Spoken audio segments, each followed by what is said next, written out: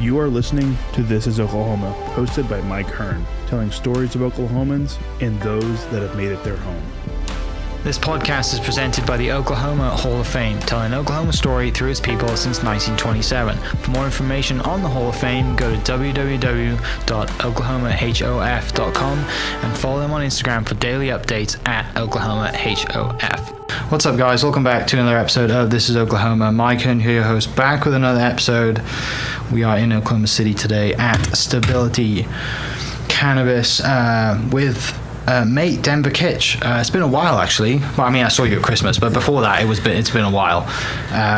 But it's been really cool to kind of hear through the grapevine what's been going on, and you know, kind of just, I guess, the rocket ship that you've ridden, right, since it was legalized, and all the stuff and all the stigma you've had to go through and all that nonsense. And I'm sure you've got crap from your grandparents and all that, you know.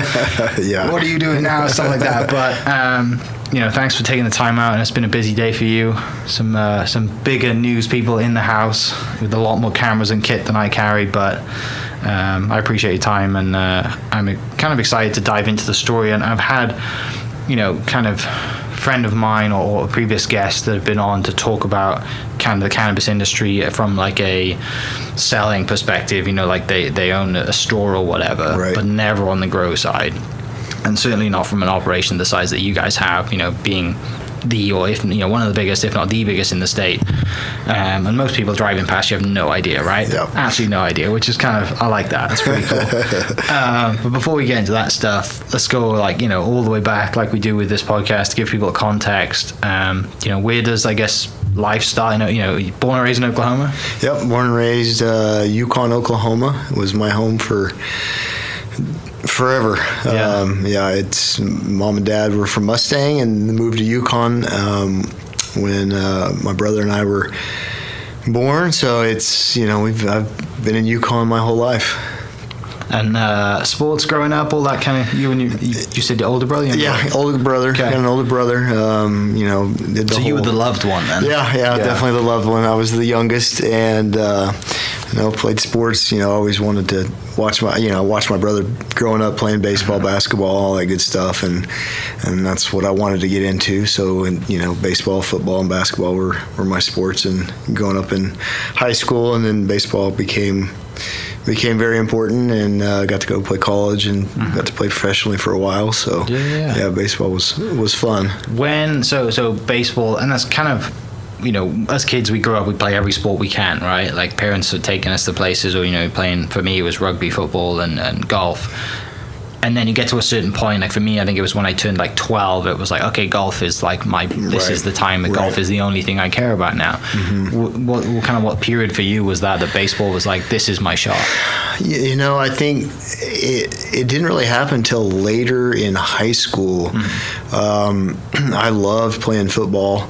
I loved playing basketball, and baseball I loved too. And it really didn't happen until I'd probably in my junior year started getting, you know, recognized. We've had, you know, with colleges on football and baseball side. So I still didn't know until my senior year really what I wanted to do. I was getting recruited from big colleges on both sports, so it was one of those things where I had to kind of make a decision. And then I broke my collarbone my senior year in football, and I was like, I'm done with this. I'd already signed to play baseball at OU. Yeah. But we'd started getting a lot of national attention. You know, it was a normal thing for us to have 50 scouts at our baseball games. So we were pretty stacked in high school, you know, and we had a lot of good talent. And so I think 9 of the 12 seniors had signed to go play college. We had 3 guys get drafted out of high school on the same team. So, you know, we were getting a lot of recognition. So I kind of realized, okay, you know, I think baseball's the route I should go. So. Was looking back, I guess, so Yukon High School, looking back at that school class then, have you guys like the top, you know, like looking back at the history, is there anyone that's done anything similar since? There's that. I mean, that year, you know, the year 2000 was my senior year. It makes me feel old. I graduated in 9, so. There was so many good baseball players in Oklahoma that year. We had a ton of guys get drafted. We had a ton of guys sign at big colleges. It was fun my senior year to play baseball because we were ranked nationally. I think we got up to, I want to say we were in the top 10 nationally, and it was between the Jinxes and the Wassos. There was so much talent. It was incredible. What a time to be alive, right? Right. I hope you think of those memories and the guys you're on the teams with, and nothing beats being on a team sport in the locker room and dugout. I'd say that's one of the things from sports that I miss, that now what I do is fun because it's a team. That locker room, it's just fun. It's you get a camaraderie with guys. I know, playing golf same way. You go in the clubhouse and you have that thing, and that's the one thing that I think when guys get done playing, that's what's missed. I don't miss baseball whatsoever. I miss the group of guys that I was with and the stuff we shared, the stuff we went through. Looking back now that I'm older and much more mature, the life lessons that we learn through sports I'm a huge believer in that, and that's why sports will always be something that is very important to me, is that it teaches you so much about responsibility, about team building, about leadership, about just being a part of something bigger than yourself, and that's huge. And I apply a lot of that to what I do today. Obviously, us knowing each other in real estate, that's kind of how we knew each other. And I worked by myself for so long, I'd forgotten about it, and so that's one thing. Growing up, I didn't realize all the life lessons I was getting at such a young age. So it's pretty cool. I totally agree. We don't have kids, but every lesson, every place that I've got to, and I can always tie it back to golf, right? And the connections and the teams you play on and the people you meet, and then failing too, right? That's one thing that drives me nuts when you see people or parents who are out there and they're like, we're not keeping score. And I'm just like, you are doing this kids a disservice, and I'm not going to start on that because we could talk about that forever. Right. But it pains me, and you got people out there that are trying, and okay, participation is great, but at the end of the day, there needs to be a winner and a loser, because you're going to learn more from losing than you are from winning. Absolutely. But that's really cool that you can kind of bring that full circle back around to having the team here, the operation now, and just kind of keeping the team moving in the right direction and having common goals. And it is a special thing, and people as a kid, your coach teaches you to kind of take ownership, right? And the same thing for you when you have an employee, you give them a little bit of ownership, and they really appreciate that. So absolutely, it's cool to see that come around. Back to the baseball. So when you broke your collarbone in football, and you're like, okay, baseball is clearly this is it now. I don't want to bash my head in all the time. And you'd already signed to go to OU. Signed to OU.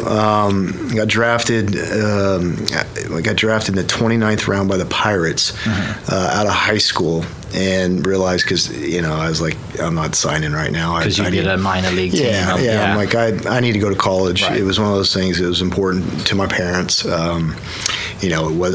really wasn't an option to sign. It wasn't. I wasn't getting enough money to sign anyway. So I was like, I'm going to go to OU and kind of get better and see what life brings me that way. And so I went to OU, and I was there for 3 years. Ended up getting drafted. Had a good freshman year. That was my first year of just really, Big 12. I think it was Big 12 at the time. Yeah, it's still Big 12. Sports, at a high level. Got to start a little bit, got to play quite a bit. And then my sophomore year, had a great year.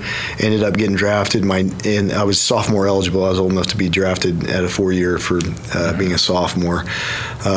Good year. Got drafted in the 9th round that year. My claim to fame is the Dodgers drafted me, and Tommy Lasorda was saying the draft names. And so Tommy Lasorda said my name. My dad was a big Dodgers fan, huge, Tommy Lasorda fan. So that was a really cool thing for my dad and my parents. And then got in negotiations with them, and that was my first year to really start, and had a good year. So couldn't really come to terms. Knew I was, had another year that I could make money, because baseball it's a weird sport in getting drafted. Is that you're when you're a junior or a sophomore and you're eligible, that's when you're going to get the money. Mm-hmm. When you're a senior, you have no leverage. You're not going to get any money. You may go first couple of rounds and you'll get slotted in that money, but your sophomore and junior year are the key years. Mm-hmm. So it's funny because I look back now and I'm glad I made the decision, because they offered me $75,000. I said, give me 100 and I'll sign. Mm-hmm. And they didn't want to give me 100. And now I look back on it now with what we're doing now, it's like, man, that's not a lot of money. Right. To people, it's a lot of money, yes. Right. But for what we're doing now, it's like, man, it's especially when I started in real estate and started making money, I'm glad that I didn't sign for $75,000, because it's those 2 years of college is 2 years of life, 2 years of just being a part of another team, just learning and growing, and that my junior year was I went into it probably with too big of a head, because coming off, I went up to Cape Cod, played out there, ended up breaking my hand in the Cape Cod League. And I was, everyone knows about the Cape Cod, and if you know baseball up there, and up there in Massachusetts, it was a cool experience. A lot of guys from other big colleges kind of all get together and play on a team. But I had broken my hand out there, and so I had to come home. And then junior year, just had a horrible year. I didn't get drafted. It was just one of those things. It was just like, oh my gosh, like, what did you do? Went and turned down the Dodgers for some money, and then had a bad year, and still have nightmares about it. It's the weirdest thing. I still think about it. I'm like, oh my gosh. And then decided I needed to make a change, so I ended up transferring to Oklahoma City University my senior year. Mm-hmm. And that was probably the best thing that I did for my baseball career. Oklahoma City is such a great school, baseball school. They kind of opened, they welcomed me with open arms. They were, they thought, coming from a big D1 school, but I was just like, I've got goals beyond college with baseball, and I want to come here and just grind. And Keith Lytle and Denny Crayball took me in and worked with me. And, I probably learned more about baseball in 1 year at OCU than I did at 3 at OU. Yeah. Just because I had to refocus, had to realize like, this is my last chance. So just really just grinded. And then I ended up getting drafted, All-American, did all that thing, and at OCU. It's funny because I haven't talked about this stuff in so long. just think about it. All-American, had a great year. We lost in the national championship. This is back when you could play a lot of games. I think we were 63 and 7. We were insane amount of games. So good. Yeah, playing 70 games. Like, we had an awesome team, but we just didn't get it done, and so lost in the national championship game. Got drafted by the Orioles in the 13th round that year. Signed for $1,000 and started my professional career. So I was like, what, whatever. It is what it is. That year of I look at it like it was a teaching moment for me in my life that had a bad year. Ended up having a great year. Felt slighted because I went to the 13th round, but it is what it is. I got drafted, so that's when it all started professionally. I was like, all right. So I got on a plane ride and went to Sarasota, Florida, for my first spring training, which was in Sarasota. Then got on a bus and headed to Bluefield, West Virginia. Which I had traveled a lot. With baseball and being at OU, we traveled a lot, playing in the Cape. But it was funny because when I went to the Cape, it makes me think about a bunch of stories. I got on a bus, flew into Providence, Rhode Island. I'd never really been on my own. I'd always, flew with the team or whatever, but I was out on my own. caught a bus from Rhode Island to the Cape Cod, and I was like, oh my gosh, what's really going on here? Like, so I had to grow up, I was 18, 19 years old, had to grow up real quick being on my own.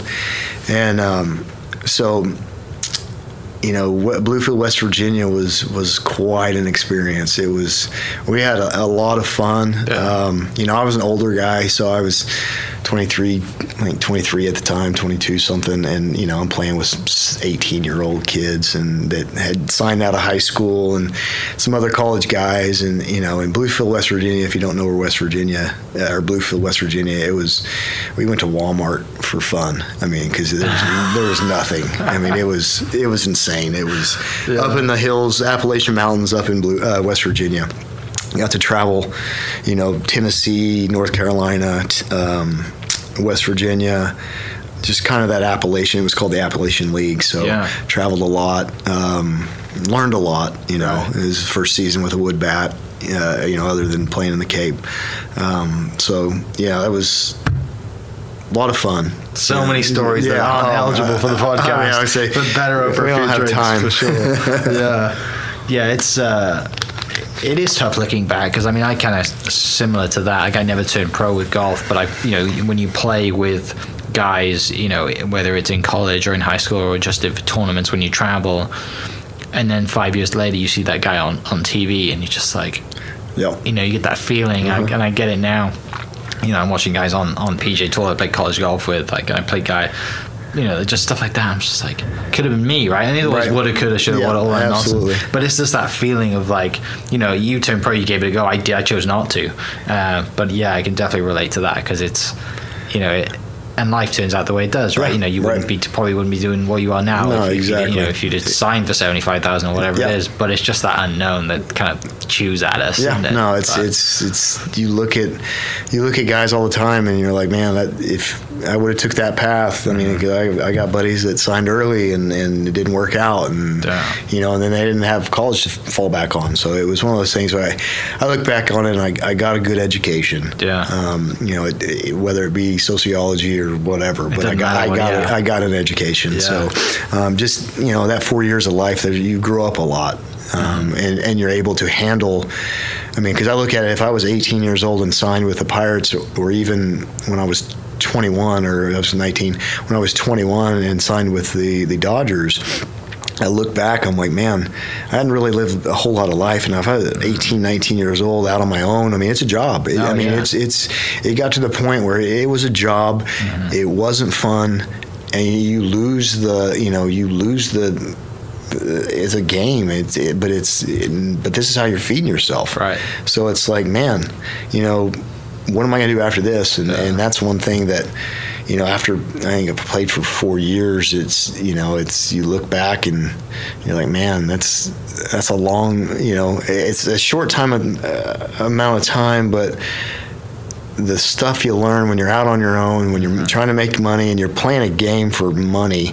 It's, I respect the heck out of all the guys in the big leagues, because everyone, that's guaranteed money. People complain, oh, these guys are getting paid too much. I'm like, a lot of people don't see the grind of the minor leagues. It's tough. Because it came, was it a couple of years ago? They were like the unions or whatever kicking off that the minor league guys were paying nothing, and then they were interviewing guys in the big leagues, and they were like, we've all been through that. Like that's part of the journey. That's part of also getting a huge signing bonus to cover. And a lot of the times, 5% of the guys in the minor leagues make it to the big. I mean, it's a crazy number. I know they're out there, but it's my first year I made. I even said this earlier today. $850 a month was my first real salary job, and I'm like, $850. You can't live off that.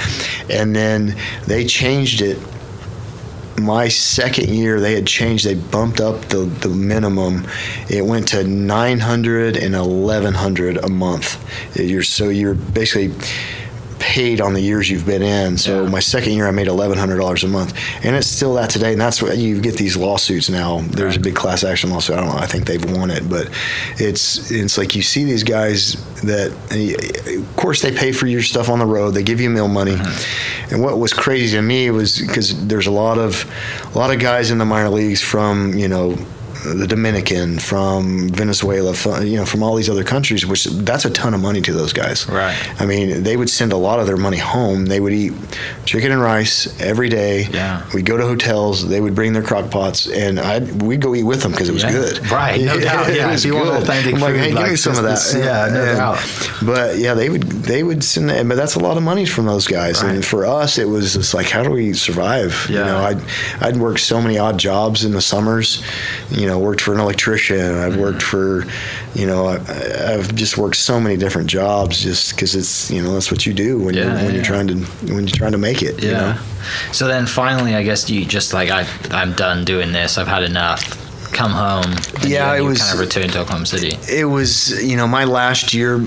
So I got released by the Orioles, and I got picked up by a independent league team out of St. Joe, Missouri, and played with them for a year. And then that manager the next year was going to Atlantic City to coach.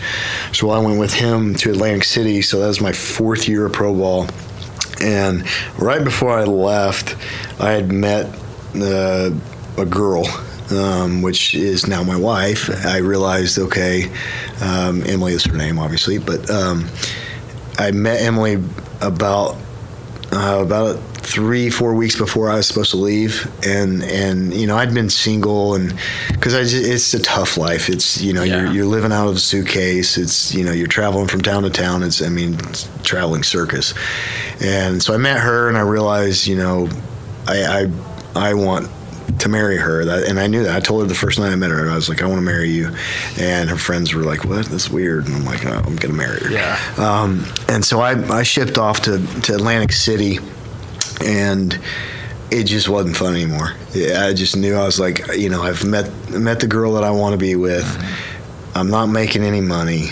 This is not fun for me anymore. And so it just weighed on me, and then it came through with my playing, and I just wasn't playing good, and missed her, and she had actually came up to visit me, and we were about to start the game. The manager calls me and he's like, hey, I got to release you. And I was like, thank you. Appreciate it. I was like, thank you. Don't realize how good that is. I was like, oh my gosh, it's a huge weight off my shoulders, because I'd always put so much pressure on myself to perform. And, it was one of those things where I told her, and she cried more than I did. Yeah. And I was just like, I know this is a good thing. Yeah. I can start a new chapter of my life, So, of course, then I battled this depression for. Well, yeah, of course. Yeah. Just like as we all, it's like you go through. I was playing baseball since I was a little boy, and I was lucky enough to make it professionally, and I know a lot of guys go through this playing sports, in all sports. You get done playing a sport, especially when you get to the professional level and it's over with, you don't know what to do. And like, she literally had to get me off the couch, and she's like, you're going to lose me if you just continue to do this, because it was just like I didn't know what to do. Right. I don't know anything else, and that's one thing that I love what I do now, because I know our medicine helps so many of these guys deal with, instead of the pain pills, instead of the booze, it's cannabis. It's a great thing. It helped me get through times when I couldn't sleep. It was just you battle these things, and that's where a lot of these guys have problems. And now I've sat in this room with professional athletes, us trying to work on things that help these professional athletes when they get done. Their bodies are killing them. You get on these pain pills. I've sat in here literally with NFL guys that have played for a long time, and they're like, we smoke marijuana because we don't want to take pills. We don't want to take these painkillers that just destroy your body. And so it's been a crazy full circle thing of how I feel about of what we do and what we produce, and the former life that I lived. Obviously, we haven't gotten into real estate stuff, but it's one of those things where it kind of led up to me getting into real estate. Was like, finally, what am I going to do? And worked in corporate housing for a little. I'm kind of going all over the place here, but worked in corporate housing for a little while. and then realized, okay, and then I flipped my first house, and I was like, I really like this real estate thing, so I always liked numbers. Math was always one of my strong things, and I was like, I like doing this, and so I started grinding on real estate. So, So you talk about athletes and stuff. I met Marcus Dupree this summer, and he has I don't know if he's a grow operation, but I think he's in the business somewhere. Right. We was talking about it. And I was kind of present to an interview he was doing with Kenyatta Wright, just about like the business and what he's doing, and right. and that just the being in the NFL and just all of that, to your point, like the stuff that like everyone's doing it anyway because it works, right? Like and obviously back then it wasn't allowed, right? All the stuff that's been going on, but it was kind of interesting to hear him talk about it. I'd never seen anyone with that as big as he is in person. And he walked in, I was like, wow, that guy plays football, or did play football for sure. And then, me not being I didn't have any context, but then I started researching him and hearing about his story and what happened and everything. But it was cool to kind of see his, his kind of, thoughts on it and why he's involved in it and why he's pushing it, which was kind of interesting. But how many years did you do real estate then before this stuff came up?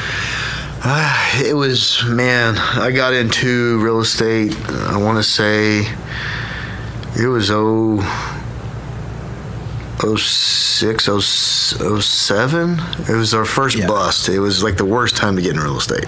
It was when we had a big downturn in real estate, but it was just one of those things where I really liked it, and went and worked with Brandon Hart, and he kind of showed me the ropes, and I was like, this is easy. I'm a people person, so that's one of those things where, I know we were talking earlier, it's you sit and listen to people, and that's what real estate was so easy for me, because I like to hear what people have to say, and it's showing homes, and you learn what people want, and you just go find it. And so that was easy to me, and so I was like, this is great. And so that's started doing that, flipping houses during that time. I wouldn't do a whole lot, but I'd flip one or two a year, just trying to make an extra buck like everybody else, and then worked for Brandon for I think three years, and then decided, okay, it's time to spread my wings and go out on my own. Went out on my own, and then started building more of a luxury brand. Just kind of got to the point where I was playing a lot of golf at the country club and building my business that way, which that's my type of business. So it was fun. So I worked in it for 10, 11 years before I dove into this. It was one of those things where we can jump into it, but this wasn't really on my radar. Right. It wasn't. It was real estate. It was real estate that really got me into it. Okay. Had a bunch of rentals, and a guy. It was a Facebook post from another realtor that I knew that they were looking for a rent house, and I had a rent house, and I contacted her. I said, "Hey, I've got a rent house. If you want to take your client over there," and she was like, "Yeah, absolutely." So I meet him over there. This guy had moved in from California. He was an Oklahoma guy, and their family's here, and so he moved back in and moved into Emily and I's first home that I kept for a rental. And we got to talking, and he was like, I don't know what I'm going to do. I'm selling cars right now. And I always collected rent in person. I still do it. And the one rental I have left here, I still go by in person and collect rent. I've always been like that. So we got to know each other over me just collecting rent. And I said, he's like, I don't know what I'm going to do. Really liked him. I said, why don't you come sell real estate for me? And he was like, okay. And I guess he tried to give it a shot a little bit, and then decided, hey, this is a lot harder than it looks. And I said, yeah, it is. And so he joined my team. It was 2000. It was right after Natalie, or right when Natalie was born. So this was 9 years ago. And so he worked for me about a year and a half. It was Austin. And he one day called me and was like, hey, I'm going to move to Colorado. with my wife, and I was like, dude, that's awesome. Good luck to you. He worked for me for a year and a half, did well. And then fast forward like 4 years, we had talked one other time he had sent me a referral, like one of his aunts or something. And then 4 years later, calls me literally when 788 passed, and for another real estate referral. And I was like, what, haven't talked to you in a while. Yeah. What are you doing now? And he was like, well, you didn't know this about me, but I've been growing marijuana pretty much my whole adult life. And I was like, what? And I was like, you sat next to me in an office for a year and a half and you never told me. Yeah. And he was like, no, I don't talk about it. He's OG. He's that world is very quiet world. Yeah. Obviously now it's legal, people talk more about it, but he was up in Santa Cruz growing. He learned how to grow out in California. Always wanted to trace the legal market. He was always didn't want to go to jail. So he'd learned just from guys out there and stayed out there for quite a while. I think he was out there for 9 or 10 years. And then he's like, that's why I moved back to Colorado, because he was like, I was burnt out. And so I missed it. That's why we moved to Colorado. He went and bought 4 dispensaries and 25,000 square feet in Denver with him and his buddy that is another grower.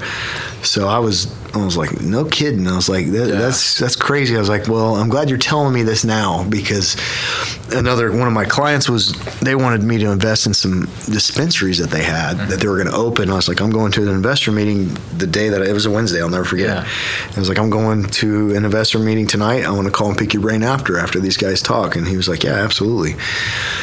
So we go to this meeting, and I was like, oh, whatever. I didn't really kind of like what they were saying. And so I called him. I said, do you want to come home and do this? And he said, absolutely. We just had a baby. Oklahoma needs this. I've been waiting for Oklahoma to be legal for my whole life. And he said, absolutely. So I jump on a plane on Friday morning, that Friday morning, to go look at his operation in Colorado. I walk in. It's the first marijuana grow I've ever been in. And I was like, all right, you clearly know what you're doing. And he was like, yeah. He's like, I've been doing this for a while. so I was like, all right, well, let's figure out a way to get you back home to do this. Yeah. And, me being in real estate for 11, 12 years, I was like, I'm not changing jobs. It's just not what I'm going to do. Right. I got a pretty good life, making great money, playing golf, working 20 hours a week. It's not a job right now. Yeah, right. Yeah. So we start talking, we start having meetings, and I'm just like, what are we going to do? Like, how are we going to do this? So let's mirror what you have out there, and I'll let you run it, and I'm just going to invest. I'll get the money together. I'll get 4 or 5 guys, and we can figure this out.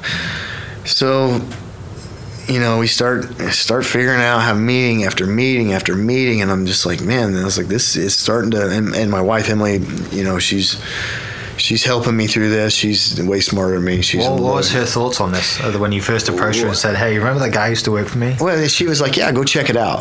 Because I'm always, she would always make fun of me because I've got that entrepreneur spirit. We're the same thing. We're always looking at something different. Just trying to figure something out and make more money. And she's like, yeah, just go check it out. So we would go check it out. And then fast forward, we're kind of in the middle of this. And then I'm talking to David, my COO. Our kids are in class together, and we're at his son's birthday because that's what we do. And as parents, we go to birthdays. So we're talking about. I'm like, hey, dude, like we got this cannabis down. He was the VP of operations or VP of franchising for Express Personnel. So I knew he knew franchising. Yeah. So I was talking to him. I was like, hey, when or can we franchise this? And he was like, man, it's federally, it's impossible. It's hard. It's going to be very hard.